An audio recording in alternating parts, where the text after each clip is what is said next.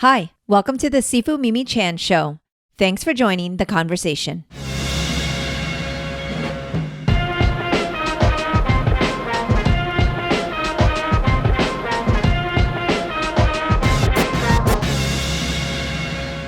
Hello, Sacha. Thank you so much for joining me on my podcast today. Thank you so much for having me. It's a delight to be here virtually. Yes, it's always virtual these days, unfortunately. But in this case, it's probably essential because you are literally on another continent. It would be very difficult to have a in-person conversation. It's rare that I get flown out to America for a podcast, but wouldn't that be amazing? I love the idea of that. Absolutely. And likewise, I've always enjoyed my visits to London. I don't get to go as often as I'd like or stay as long as I'd like. I usually can't afford to stay more than a couple nights in London. Yeah, London is painfully expensive. It's a cool place. It's where I was born, but it is very, very expensive. Yeah. I mean, how have things actually been over in London? I know it's been for the world a crazy couple of years, but I know in particular, it's such a packed city. It's very busy, it's bustling and all of that. But how have you been? So, I mean, my lockdown, in some ways, I was really privileged. So the first bit of it, I was in Stroud, which is a place in Gloucestershire outside of London. Okay. And we had like forests there. So I could go out for walks amongst trees. I actually had nature. And in some ways, you could almost forget that you were under a lockdown.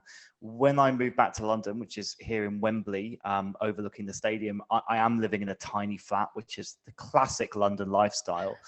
And there are green spaces, but you have to walk to them. So suddenly your life shrinks. And I know that since coming back to London under lockdown, it was a much smaller life. Me and my husband basically bouncing around in like 10 meters by 10 meters square. And very intimate.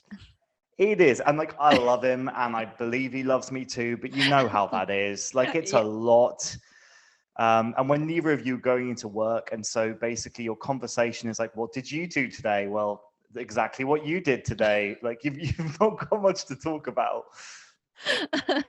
I have to say, I am also in a place of privilege, and I'm very grateful being in Florida all year round. We can go outside because there's no snow or any of those type of things that people talk about, that white stuff that comes down out of the sky. But also it's very spread out. And so we have our domain, and it was very easy for my husband and I as well, because there's lots of space. It's so different when you go to a big city and you realize, oh, everything is, super, super compact.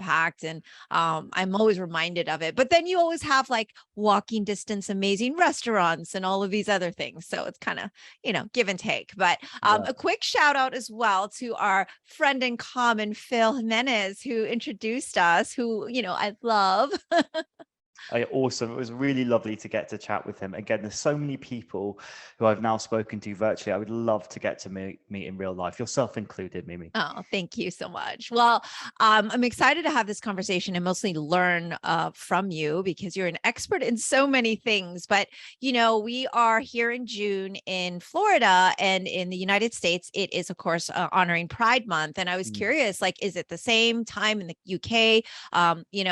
We just came out of AAPI Heritage Month, which as an Asian American, I did a lot of interviews, and they're like, what does that mean to you? And how do you celebrate? It's those typical questions. And I hate to ask that, but, one is, let me know if it does parallel in the UK, but historically, perhaps maybe you can share like what having a Pride Month means to the LGBTQ community. Yeah, so it is Pride kind of kicking off in the next few weeks or so. We're going to be having London Pride, which is a huge parade, and there are prides across the country in most of the major cities, but even some of the smaller towns now. So we have in the UK, February is our LGBT History Month, which I believe is your Black History Month. And then we swap that in October is our Black History Month. So that's a little role reversal, but Pride is during the summer.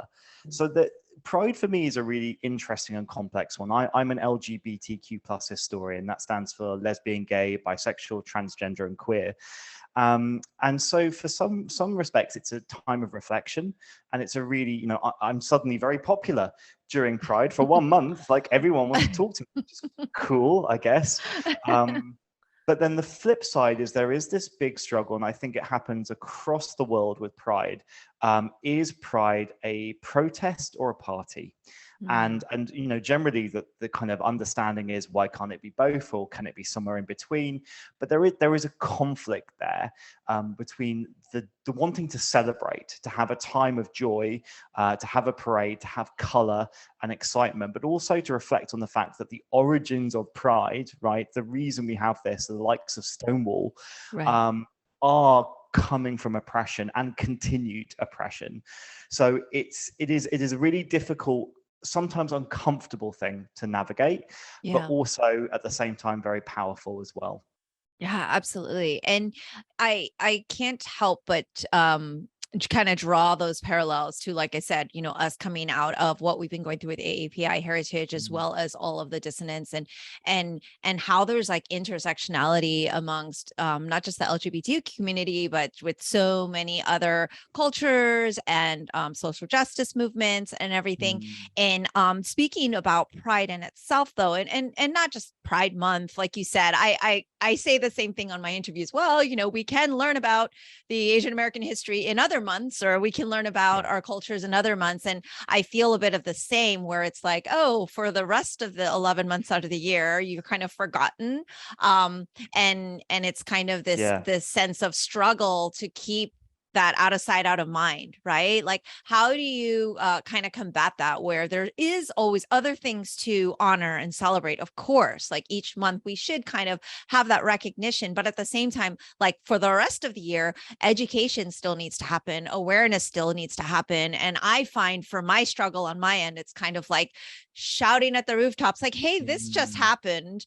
It's still very newsworthy, but because it's not May, nobody cares, that this person just got beat up on the street because they look a certain way, right? Or and it's the same, I think, for the LGBTQ plus community. So, I mean, what do you feel kind of is important throughout the rest of the year, and what are the things that you do to kind of help amplify that? Yeah, I think there's, obviously I'm a white cis gay man, so my experiences are going to be very specific to who I am. But there is a lot of overlap. I have a number of friends of color, queer and cis heteronormative, but the experience of kind of that weird sense of, we get a month or we get a day. I had this conversation with someone online, an incredibly bad faith conversation, but with someone basically saying, you get a whole month. And my response is like, you get the year, dude. Like you don't understand. Like, question, why do we have a designated time? Think about what that means. And Yeah. for most people, I would imagine, most people who are part of a minority, yeah, wouldn't it be great if we didn't have to have the day, the month, and the hashtag?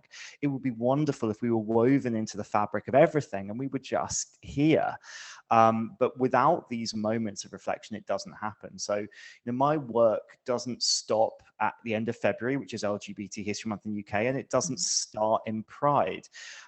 What I'm always trying to push for is, can we, and I don't use the word normalize, but can we usualize LGBTQ plus experiences in history? So when I go to a museum, yeah, it's great if there's a great big rainbow exhibit and that's on for 4 days and there's a big hoo-ha about it, great. What about if I go in February or January the 5th on a random day? Am I still going to see that heritage? So it's about trying to do these stories and kind of saying that these are particularly interesting and important for my community, for the LGBTQ plus community, but they're important for anyone. Like, go on a history tour in September if you want to, and read about these kind of interesting things and these powerful things throughout. That's what, and it's not just me. There are thousands of people working in all different kinds of fields who are trying to push beyond the parade, which is great. No, a parade. I've been in the Pride Parade every time I get a chance, but it's more than that. It's Yeah. about just the everyday. Can we make sure that this stays on important, just like you were saying, Mimi? Yeah. And, you know, as the historian, I'm a neophyte. I'm not going to pretend I know, you know, of course I know of Stonewall and some of these other things, and doing work with, different members of different communities, and doing, like I said, that intersectionality work.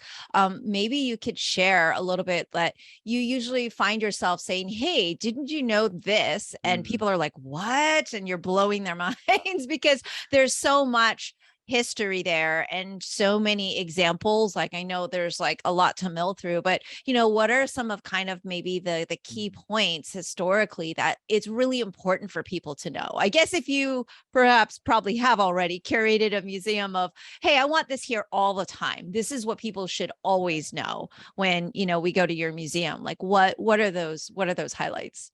So, I mean, Stonewall is a huge thing and it happened internationally. So it had an Yeah. impact in the UK as well. But we also have our own sort of events and things that happen in the UK. And sometimes it's important to remind, particularly young people who are in the UK or in Europe who tune into American television. Yeah. Yes, Stonewall was big, but we had, like, you know, gays and lesbians support the miners' strike. We had our own, like, the first prides in London. We had John Robinson Band releasing the song. We had our own huge cultural milestones. For me, so something that fascinates me is mythology and folklore and storytelling. And so I often end up talking about these big political events, but the thing that fascinates me is like the history of the way that people tell stories. So an example of this would be The Mermaid. Now, I'm a historian and I'm trying to be a respectable historian, but I'm also a massive mermaid enthusiast. I noticed that on your website and in your social, and obviously mermaids were going to come up in this conversation. I knew it. I knew it. I thought I'd just get there nice and fast, just so we could. You know, I've always been into them. I think they're cool. I used to love the Disney film. I listened to the bit where Ursula sang "Poor Unfortunate Souls" so much that the tape, this is VHS days, young people, like Yes. such a boomer. But like it wore thin, so like it was all warped when you would play that bit. But so something like The Mermaid that everyone knows, the original story was written by Hans Christian Andersen, who was a biromantic man. He was a man who wrote love letters to men and women. It was produced by Disney into this incredibly popular film by Howard Ashman, who was a gay man who tragically later died of HIV whilst working on Beauty and the Beast. The character of Ursula is based on a drag queen, so a drag queen called Divine. And so the more you look at this kind of stuff, you realize these, anything from like a mermaid to a vampire to a unicorn, these classical symbols, they have this hidden LGBT history. And so that's something I've become really, that's kind of fascinates me, and something I've become quite specialized in, is the idea of very specifically monsters in the closet. So what is it about these storytelling, these tropes, these characters that are so popular with everyone, that have this history that we've only just started to talk about, and why they resonate basically with weirdos? Like people who historically have been seen as weirdos, there's something about these stories that we tend to get drawn to. And so it's kind of nice to kind of look at that and think of my 8-year-old self watching that VHS film with no idea that there was this wealth of queer history that was pulling me towards the story of a mermaid. That fascinates me hugely. Yeah, I mean, I'm imagining, because I had the VHS tape also, by the way, so we're here, no worries. And I could probably say the same in terms of the Little Mermaid being kind of my favorite, which is horrible to say, being that, you know, I'm Mulan, et cetera, et cetera. So I know. But it's because of what you grow up on, right? There's that nostalgia for something that you see as a child, right? And that impression. And I'm so curious as to, like, you watching, for example, The Little Mermaid and just having a draw to it for different reasons, right, than I may have. But like, what was that discovery like for you when you're like, oh, here's why I may be drawn to it? And when did that like light bulb click on? Was it like much later when you were doing your history, or did you kind of start to realize that as you kind of came of age? Yes, slowly, and I think it's the same with a lot of people, whether they're people of color, queer people, women, disabled people. There is this experience of when you see yourself reflected in the things that you love, that it's powerful, like it's really potent. And for me, like the first time was probably about 10 years ago. I worked with a transgender youth support network in the UK that is called Mermaids UK. This is where it started. And I was working at the National Maritime Museum, so a museum all about the sea. And I was talking to one of the parents of these kids, and I was like, why are you called mermaids? I was like, I loved The Little Mermaid as a kid. And they were like, yeah, our kids love this film too. Yeah. This is why they love it. And it's not entirely the same, but for them, it was the story of this is a creature that can transform her body. This is someone who loses her voice and then finds it. This is the story, for example, of a woman. She has a fishtail. Her gender has nothing to do with her genitalia. She has a fishtail. So there's all these things that as kids, you have quite a simple mind and you're just making associations. This is what I like. This is what I want. I see something of myself in this. And even though I'm not transgender myself, it was like, oh, wow, these kids today are having a similar sense of finding themselves in this other, this mermaid, as I did. And then the more I went to research it, going all the way back to ancient Syrian deities, to the poet Sappho on the Isle of Lesbos, where we get the word lesbian from, all of these are mermaid stories. And this all kind of basically blew my mind to kind of go like, the whole time I've been loving this and maybe not feeling entirely loved back by the likes of Disney, secretly in the background, there's been this story of queer people creating these stories. We wouldn't have The Little Mermaid without an LGBTQ plus person. It's also worth saying, you mentioned Mulan, like, Yeah. again, gender play, like there's all this stuff about the symbolism and importance of these stories that I think we're only for the first time looking at them with a slightly different lens. Yeah. And, I have to kind of bring up so that our listeners can get that worldview, because there is always, and I don't know, I'm sure it's the same in the UK, but, particularly I'm in tune with American culture and the too much of information coming through, but there's always this backlash. Like Phil and I probably didn't get into it enough, and we can. And I just saw a post by the lovely and amazing Lynn Carter about, Wonder Woman being queer, and it's pretty clear. And Greg Rucka is like a BFF of mine, and I loved that she basically quoted one of his articles. And we've had that conversation a million times. Like, he's been on the show over 50 times at this point. He's a co-host, but there's a backlash of people like, oh no, our superhero cannot possibly be, and like, why would that be a negative? And like you said, just being able to see yourself reflected, because shouldn't everyone get to see themselves reflected as a superhero or a beloved Disney character or something? But there is this faction and mindset that's very stuck, I think, in their ways. And instead of arguing with them, I've found that that's impossible to do. What do you say to people who don't want to hear that Ursula was a dressing in drag, or she doesn't want to hear that there are, notes of the possibility of transgender in The Little Mermaid? And I know that a live action is coming out, and there was just a huge to-do about who they're casting and why, and choices, and everyone has Ariel. Yes. Oh no. Well, I mean, there's so many things, right? And so, I mean, how do we communicate to people who are so opposed to the reality, basically, right? It's not a belief, it's a reality, and it's not a perception, it's the truth. But like, how do we communicate that? Because I have not found an eloquent and classy way of doing so. And I basically am just here to like write down your answers so I can repeat them. So, I mean, I agree. I have often not been classy, when it's been like 2 a.m. and I've had a drink and someone's saying something stupid on the internet and I don't feel like being particularly patient. I think firstly, it is about differentiating between good faith and bad faith, right? So some people will come to you And honestly, it's coming from a place of ignorance, not willful ignorance, not hatred. And it's really difficult to tell this from a Twitter post. But sometimes someone is sincerely going, what? I hadn't heard that. Or I don't get, why do you need to have that? Or why does this need to be this way? And so sometimes I will broach it, and I will be I will start off very politely just by saying, okay, hi, you're speaking to an individual. Remember, you're one person on this anonymous internet talking to another person. I can tell you about my experience. And if I feel patient and I want to share that, I might.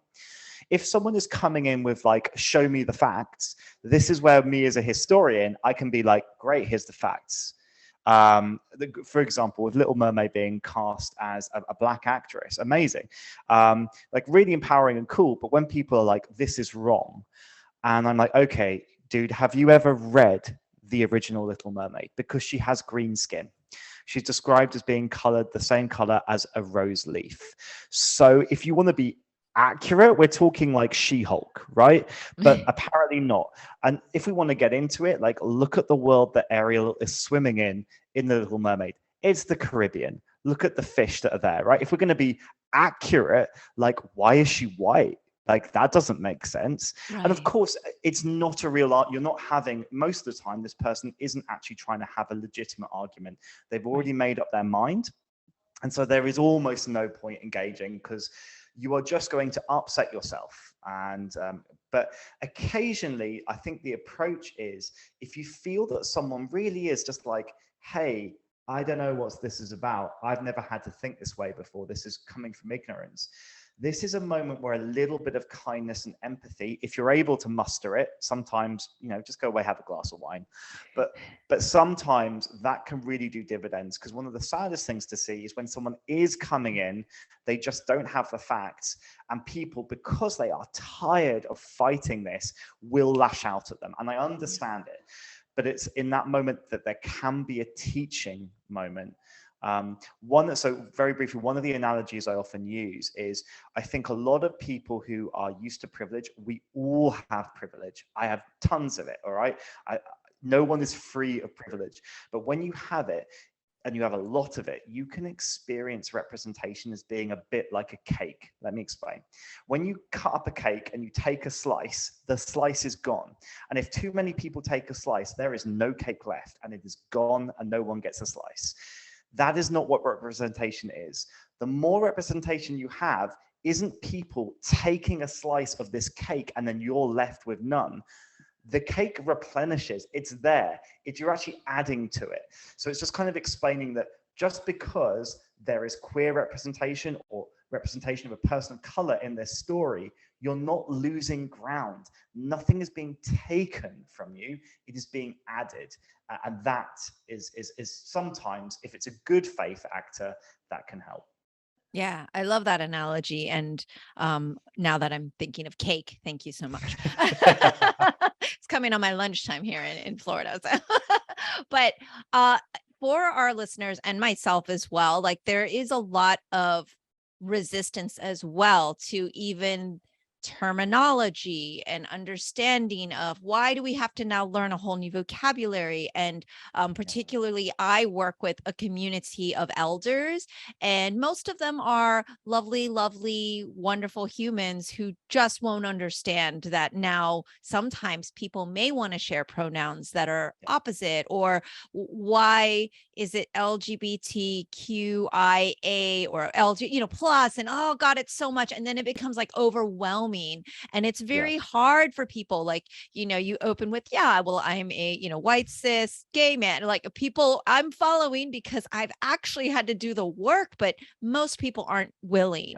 Like, how can we bridge that gap? And I feel like when for example, I run a Kung Fu school, and I tell my staff, okay, guys and girls, right? I say, okay, this may be a thing. And what I've found is most people are very understanding if you don't get it right, if you call them by the wrong pronoun, or most of the time. But what we perceive and see in media is the how dare you, and that, that's what not I've found of people. People are very understanding, but like, I feel like the perception is one thing, but the reality is another there. So like, how can we politely educate, but what should the expectation be? And Yeah. maybe you can kind of talk to all of that. Yeah, it is really challenging. And I Yeah. think, again, it takes patience. And sometimes you don't have it. And particularly people who are receiving abuse every single day, and they can't tell if this is someone making a mistake or not knowing, or someone being willfully cruel. Like sometimes it's really hard to tell.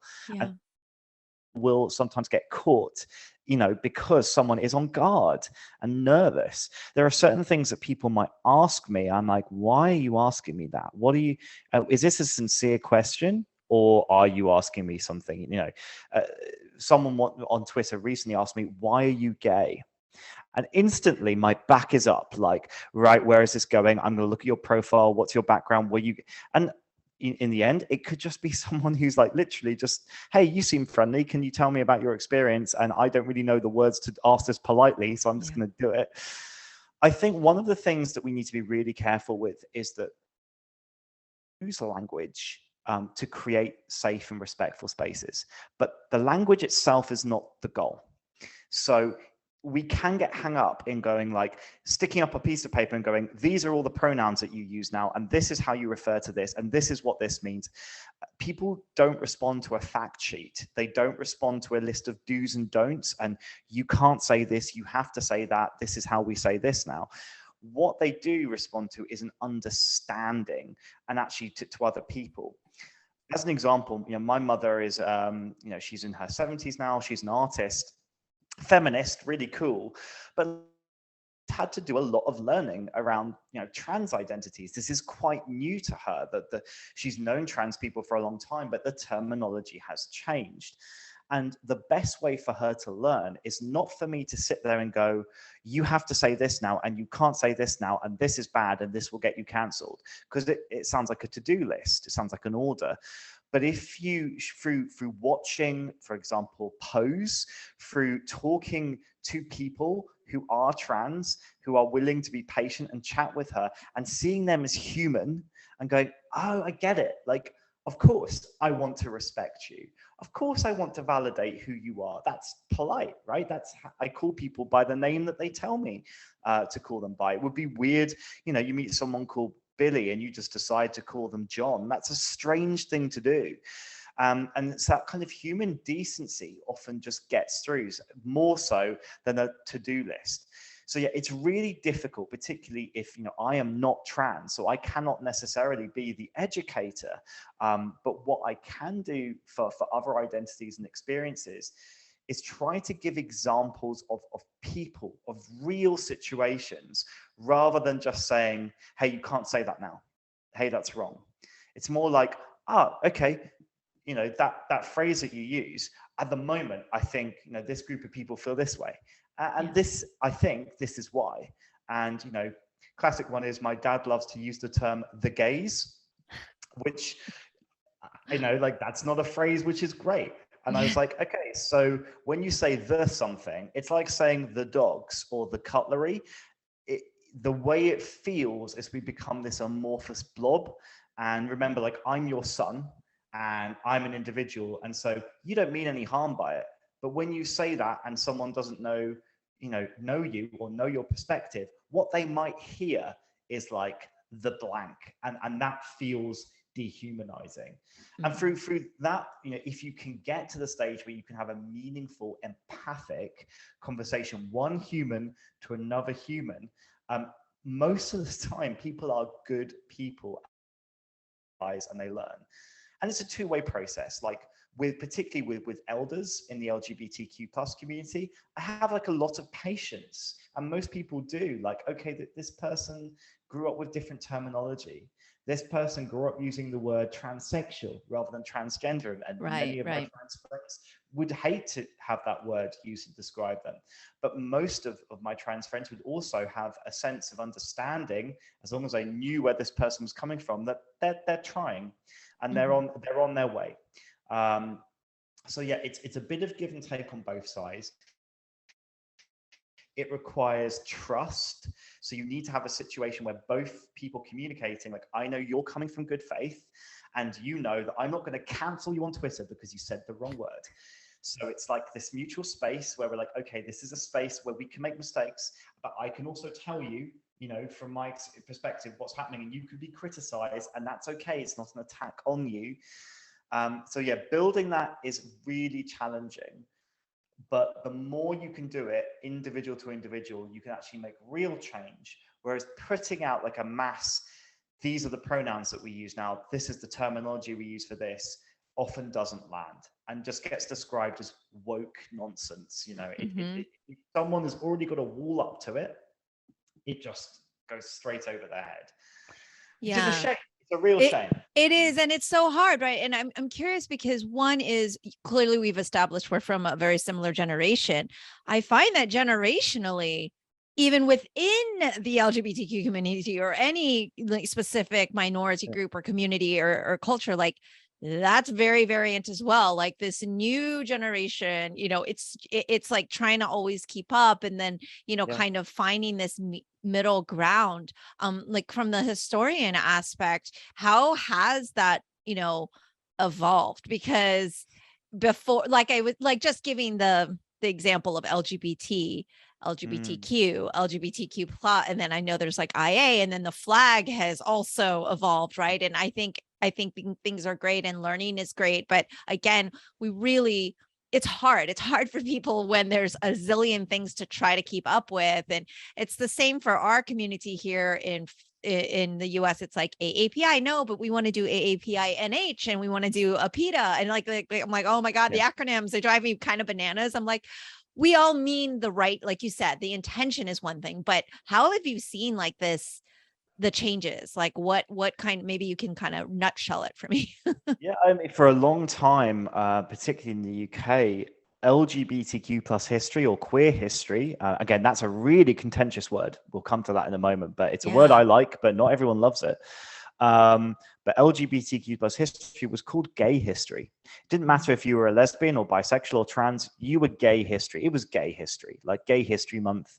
You know, during the 70s and 80s, the word gay became like an umbrella for anyone that wasn't straight or cis. And, you know, since then we've kind of realized, well, there's many different identities. Being gay is one of these things. For me, what I found is, because I know I grew up and I have been ignorant. Like when I was 18, I was so ignorant. I was a self-hating little homophobe. Like I was gay and I didn't really like it, and I didn't really have any gay friends. So I would do the whole like, yeah, I'm gay, but I'm not, I don't like shopping. I'm not one of those gays. And I did this for like a year until, thank God, I went to university, discovered the LGBT network, and quickly had that knocked out of me. Like, hey, there are a lot of people and you sound like an idiot and you're not going to make any friends if you keep talking like that. And so I've learned. And so I guess I have empathy because I have to roll with the punches. I have to change. The terminology changes. It does all the time. Things that I have said 5 years ago, I would not write today because it has changed. Understanding has changed. The flag has changed. And so what you end up becoming is you become very used to the change. And it's a sense of, this is a community that is constantly trying to understand itself. So everything is going to change. And you just kind of, the change isn't bad. It's just a process that we're going through. And it kind of becomes, the more you change, the more you learn, okay, now we're doing this, now we're doing that, the more less resistant you come to it and kind of realize this is a process. And if it changes again, that's fine. I can go with that.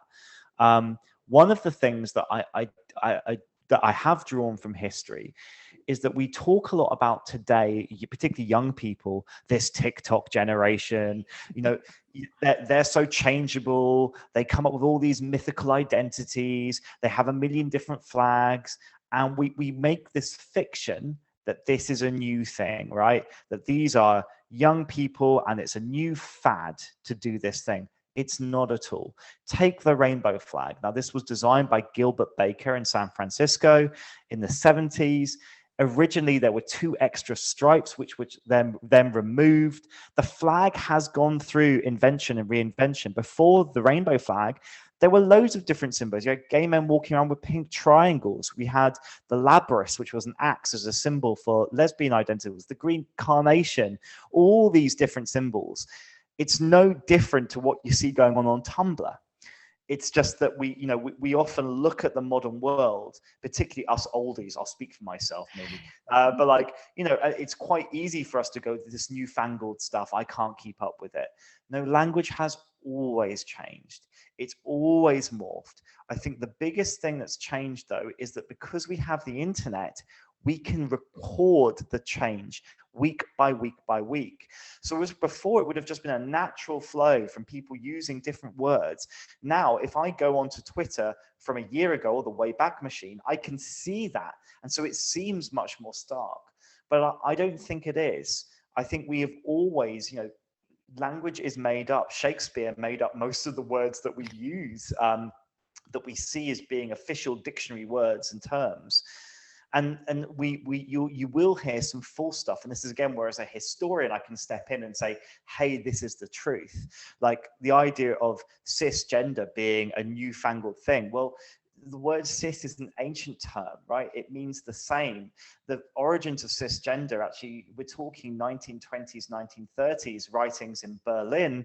The Institute of Sexology were talking about cis and trans identities in a slightly different way. But yeah, this isn't something that someone came up with on Tumblr last week. This has a credence and it has a longer story. And to be honest, the wonderful thing about the queer community is that we are constantly in flux and we're constantly able to change. So yeah, I'm going to try, as I get older, as the beard gets grayer, like I want to be always open to change and just like, cool, that's what we're doing now. Cool, that's how we're being respectful. That's fine. I can do that.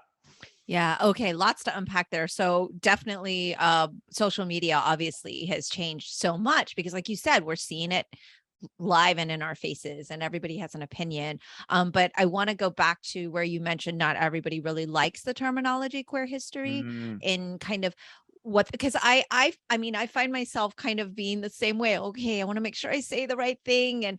And usually I'm talking to really amazing humans who know that, I am an ally and at the end of the day, I just want advocacy, but I have 1000% many a times have absolutely said the quote unquote wrong thing. But like I said, amongst even the community itself, like, my cousin, he's like, oh, I just say this, but the younger generation says this. And so, like you said, it's more of a listening thing. But can you talk a little bit about the queer history part of it? So yeah, I mean, one of the challenging things I get asked by some, allies, straight friends, cis straight friends about whether they can use the word queer. And quite honestly, I can't give you permission or take permission away. I can't, as an individual, I just can't. I can tell you personally how I feel. And for me, it's about context, entirely about context. But queer is a word, so it originated as an insult, like very much so. Queer, the original meaning is different, strange, odd. And then it came to refer to particularly gay, bisexual men and trans women, but, subsumed the whole group of us, just as the word gay did.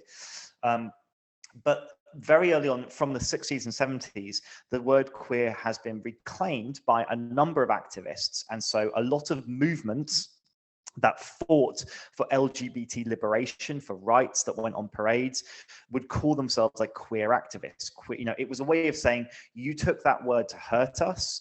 It doesn't hurt us. We're going to take it. We're going to make it our own.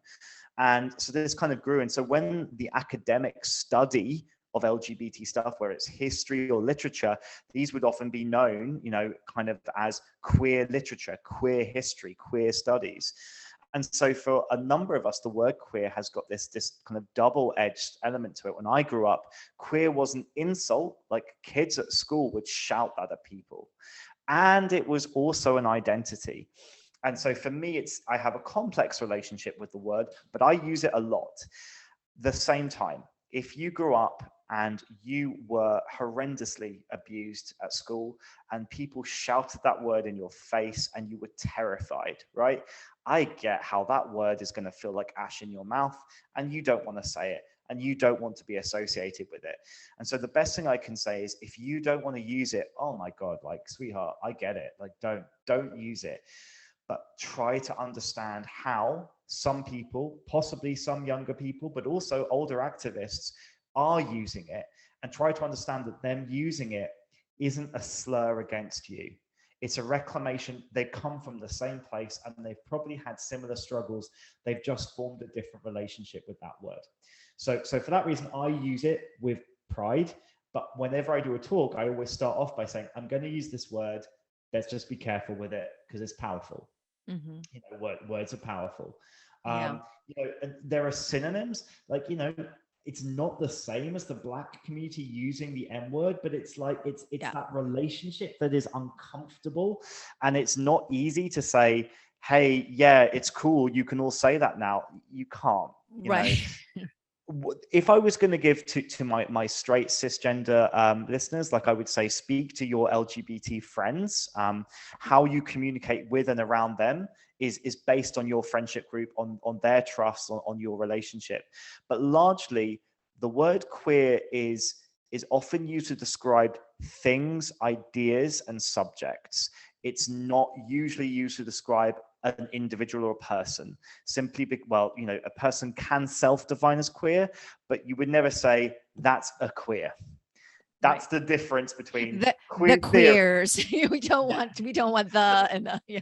But then, you know, amongst my friends, I have, you know, a wonderful bisexual friend who refer to us as, she's queer. We get it. It's a term that we laugh, you know, it's an in-joke.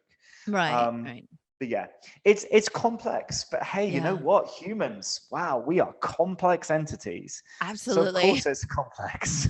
Yeah, I definitely want to pick your brain a little bit also about, like you just mentioned on your website, like history that slips through the cracks. But before I do that, I did want to, if you don't mind sharing a little bit about your personal journey with your identity, because you mentioned as a teenager, you're a little bit of an angry and you had, you know, some resentment. And I often find a lot of people said the same thing to me in whatever scope, that college was there, like the light bulb went on, the eyes are opened kind of thing. I mean, what was kind of your journey like? And your if you're open to sharing, of course, like the dynamic with your family, because, you know, coming from my culture, that is something that is very complex, right? And so it's just something that plays into so much of who I am, like the experiences I had growing up in the relationship, and having to come to terms with, you know, admitting things to my parents, like about mental health, even, right? That was so taboo in my culture. So if you're open to sharing, I do love to hear a little bit about your background and kind of what that journey was like for you.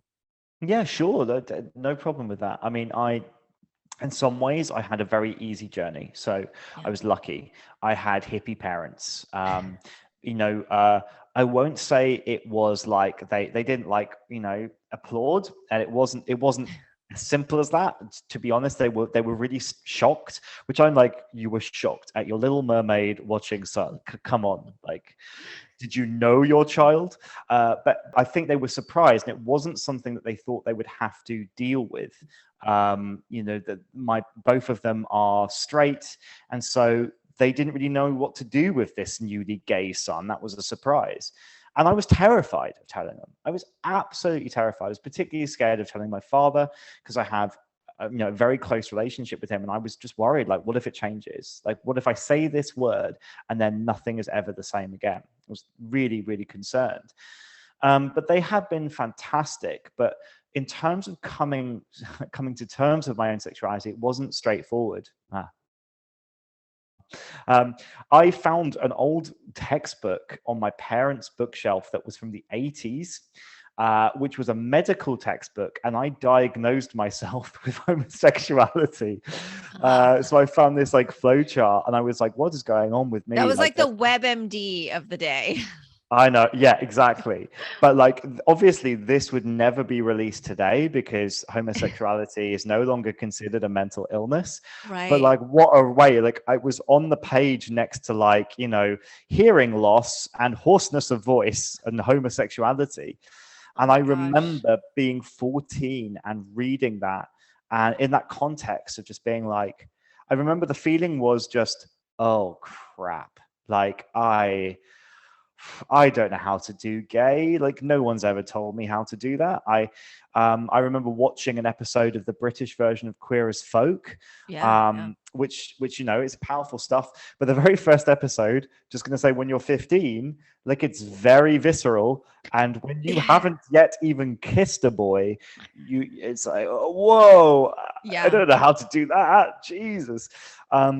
And then the other thing that I always say is I grew up, you know, during the sort of early 2000s was when I was kind of coming to terms with my sexuality. Yeah. Television then, the landscape of TV, there was no Netflix. There were just, you know, 5 TV channels in the UK if you didn't have Sky. And gay men on television, there were a few. They were always single. They were always like very, very camp, very funny. They never spoke about love, only about sex. And so that was not necessarily because this was really who these people were, but it was how they were marketed. And so my understanding as a teenager was, okay, so if I'm going to be gay, I guess I'm going to go out and do lots of drugs and like have lots of sex, but I'm never going to fall in love. That was the conclusion. Like, Yeah. okay, that's what it is to be gay. There will be no happy ever after. And then so for a few years, I think there was a bitterness because I would watch all these like rom-coms. I would watch, you know, all the stuff that teenagers watch at sleepovers and being like, I'm not going to get that. Like, I never get to have that. And so I think, yeah, it was only when I kind of got to probably about 18. I had no gay friends until I was 18, despite living in London, of all places. It was crazy. But at university, suddenly met a whole cohort of LGBT people, suddenly actually started to have relationships and realized that they were every bit as messy and complicated as heterosexual relationships. You know, and like fell in love and had my heart broken and did all the classic stuff that you do at university and realized that my understanding of being gay was so wrong. It was both being gay was so much less important than I thought it would be. And it was also so much more important than I thought it would be.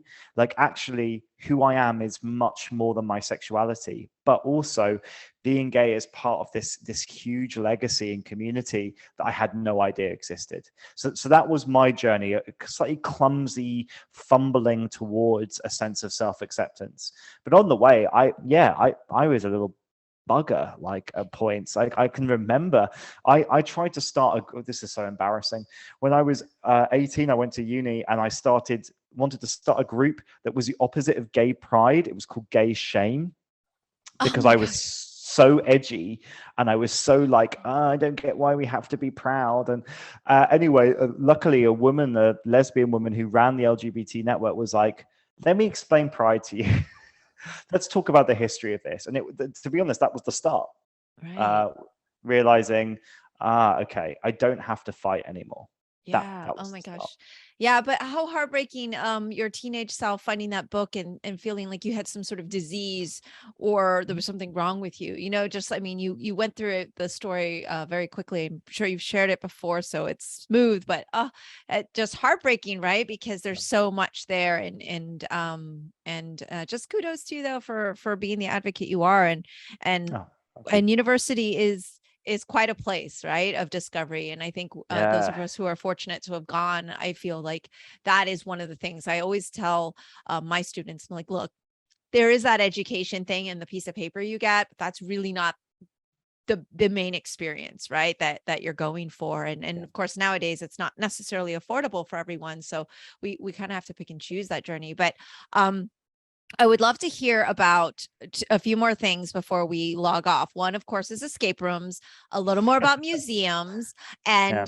and if you wanted to share a history story that slipped through the cracks, maybe one of your favorites or something that we don't hear about, because my husband is a huge history buff, like loves Dan Carlin, listened to like a million of his episodes over and over, and just love to hear from people that actually study it and know so much. And someone who enjoys going to museums, I really want to hear about that stuff as well. Cool. So Cool. yeah. I've got a good story. I've got Okay. one saved. All right.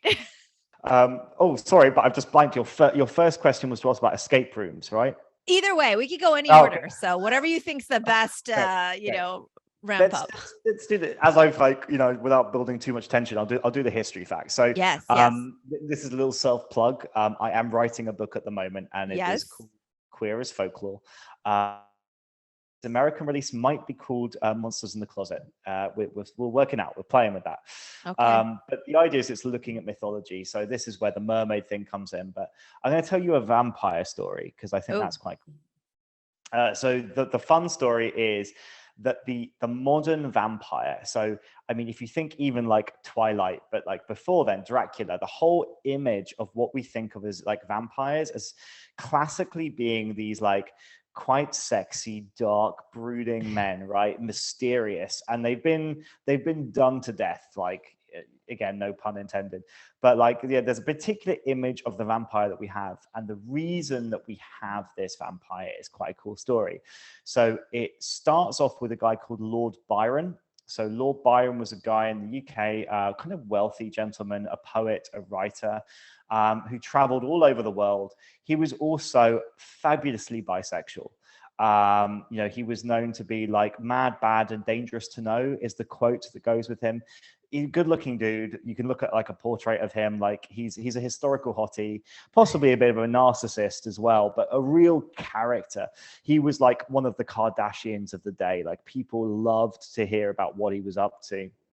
But he also happened to know a number of like illustrious writers. So he knew Mary Shelley and Percy Shelley. So Mary Shelley being the writer of Frankenstein. And he also had a younger friend called Polidori. Now, Polidori was a doctor who was obsessed with Byron.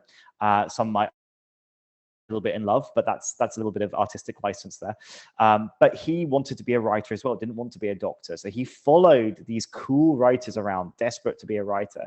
And they went on this particular vacation with Byron, where they all challenged each other to write a short story. It had to be a ghost story. Now, Mary Shelley wrote the start of what would later become Frankenstein. So that was where that started. Now, Byron started writing something which was called an article or an artifact. And it was basically like a letter, but it was supposedly written by kind of a man living in a mysterious castle. But he got bored and wandered off and started drinking some wine. Now, Polidori, who really wanted to impress Byron, took this piece of paper and started finishing off his story. This story would become a story that was called Vampire, Vampyre. And it's sometimes seen to be the original modern vampire story, and was about this wealthy, beautiful man who basically broke loads of hearts, and he rewrote it over and over again. And it's clear the vampire is Byron. Right. So he's taken Byron's story and he's written his own fan fiction, basically about Lord Byron, but as a vampire. Now, this story doesn't go particularly well for Polidori, who basically gets rejected by Byron over and over again. Byron gives him a nickname, which is Polly Dolly. He jokes about what a terrible writer he is. There's a story of the two of them going rowing, and accidentally Polidori smacks Byron on the head with one of the oars. And Polidori apparently says, well, at least you can feel pain. Like they have their relationship is not going well. And so he ends up rewriting this story and making the vampire evil, like vain, narcissistic, kills people. This story ends up doing the rounds. It gets miscommunicated, and everyone thinks that Byron wrote it. And so it goes out onto the newspapers as being written by Byron, even though Polidori wrote it. Polidori is devastated, although they refuse to pay him the same amount of money because he's not famous enough, and shortly after commits suicide. And so the birth of the original vampire and that character, Lord Ruthven, is later who inspired Bram Stoker to write Dracula, is based on basically a tumultuous, ill-fated love story between Lord Byron, the playboy, and Polidori, his like younger sort of subservient dude. And that for me is kind of fascinating. That's why vampires are hot. They're hot because of this, because of Polidori's fan fiction. Right. They all look like Tom Cruise and his name is escaping me right now. Before that, they were all like monsters. They were literally inhuman. He created, exactly. And then he created the sexy Brad Pitt vampire. Yeah. And since then, vampires you know, particularly vampiric men are these particular kinds of men, and that's the reason Ah. for it. I love it. Yes, that was a really good one. Thank you for sharing that. That's all And I right. was going to ask about the book actually, and it's funny because I am always like during the episode just kind of thinking, oh, what is the title of this going to be? And it's interesting because now I have to get your permission because I was like, oh, Monsters in the Closet. I love that. Of course, it speaks to the US audience, right? Like immediately, I was Yeah. like, oh, that'll be really great when you said that earlier in the episode. But I'd love to hear about your work in escape rooms and Yeah. museums. Yeah, to share with me about that because I've actually sadly never been to an escape room, and everyone always tells me about it and all these fun things. And so you're talking to just a ridiculous novice. Like I know nothing. Well, you know, obviously, I'm going to say you have to go and do them, but it's not for everybody. But like, I love them, so I taking the queer history hat off for a second. I'm also, unless you guess, a massive nerd. In fact, I have a Dungeons and Dragons rainbow t-shirt on at the moment with all the dice. But yeah, I love storytelling and I love video games. I've been playing video games since I was, you know, 11.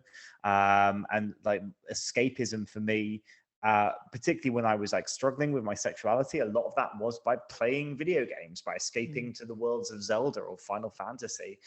And seeing that escape rooms are basically a video game in real life. So for those that haven't played it, you normally get given like an hour time limit to solve a bunch of puzzles in a themed world. It could be a castle, it could be a space station. Some of them are like really impressive, like Pinewood Studios level Hollywood production. Right. And sometimes it's like someone's room in an Airbnb with a bunch of lockboxes. You know, it can vary hugely. Yeah. But the idea is for 1 hour, you're in this state of like you're panicking, but in a really good way. Like it's just high tense. It's like being on a roller coaster or like a scary film if you like those. Like it's just a thriller, and you're working with your friends, and it's really funny and it's really satisfying.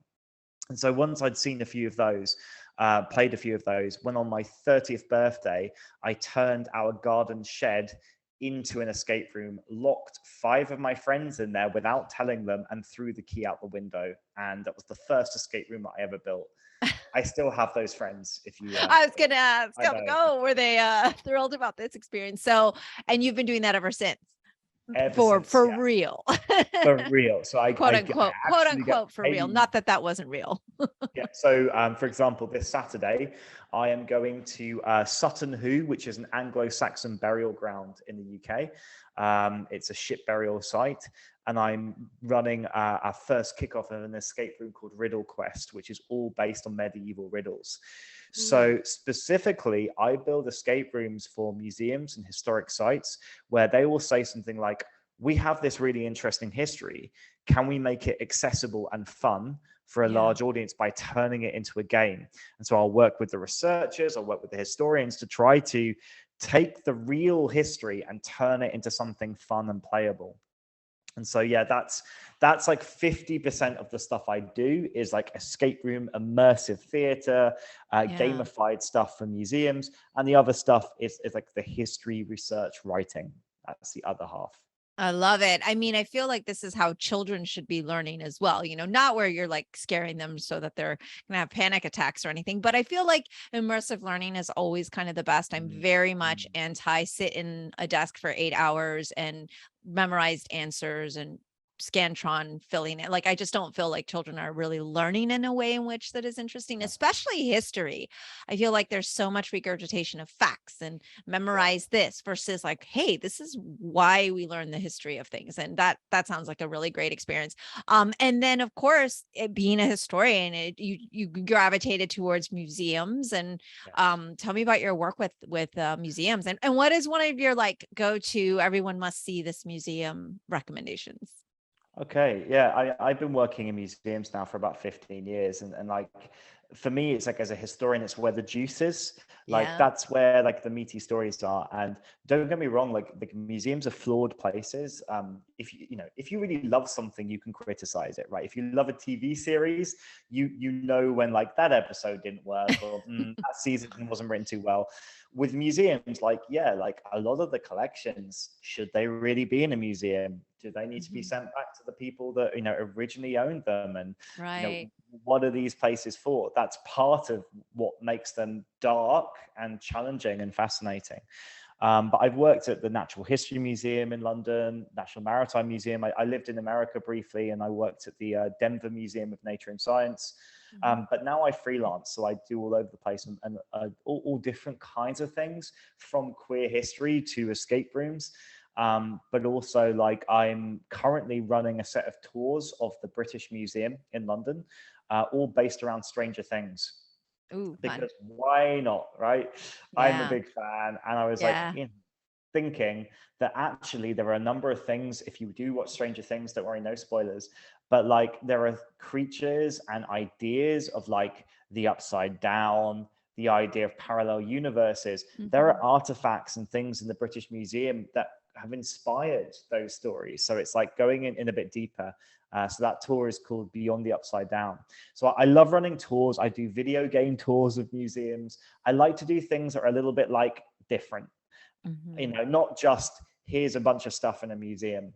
In terms of like, if you're in London, a museum I would recommend you go to, I would say definitely get the train to Greenwich, and go to the National Maritime Museum.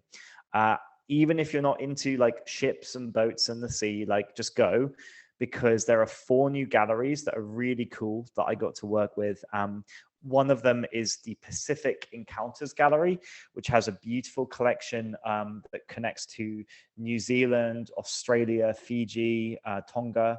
And there is a wonderful, huge double-hulled canoe, and she's called Adieta. And we were gifted her from Fiji. And if you go and see her, I know like the master carver, put your hand on the side, you can touch her, and you can say Buna Vinaka Dieta, which is hello, because we promised that we would send people to say hello to her. So it's a beautiful museum, and it's not going to be as crowded as the British Museum. Yeah, well, beautiful. I mean, obviously, when I come to London, I will be calling my personal tour guide, a museum expert, to take me I'd be insulted if you didn't. I'm so known to just invite myself places and then be careful. I actually show up. So, oh my goodness, I hope we have time to have another conversation in the future. There's so many more things I want to go in depth with you about, and such a wealth of knowledge. I really enjoyed this conversation. Unfortunately, we're going to wrap up so that you can get on with your day as well. But this was so lovely. I learned so much. Thank you so much for taking the time to share with me and just explain so much about queer history and mermaids. Yay. I love talking about mermaids and vampires. And oh boy, yeah, this is going to be a great show description, but hopefully you'll come back and talk to me again, Sacha. Thank you so much. It was so lovely to meet you. My pleasure. Take care. Thank you. That's all for today's episode. Thanks for listening to the Sifu Mimi Chan Show. You can become a patron of the show at patreon.com/Sifu Mimi Chan to help keep this podcast going. Follow me and interact on social media at Sifu Mimi Chan on Instagram, Twitter, or Facebook.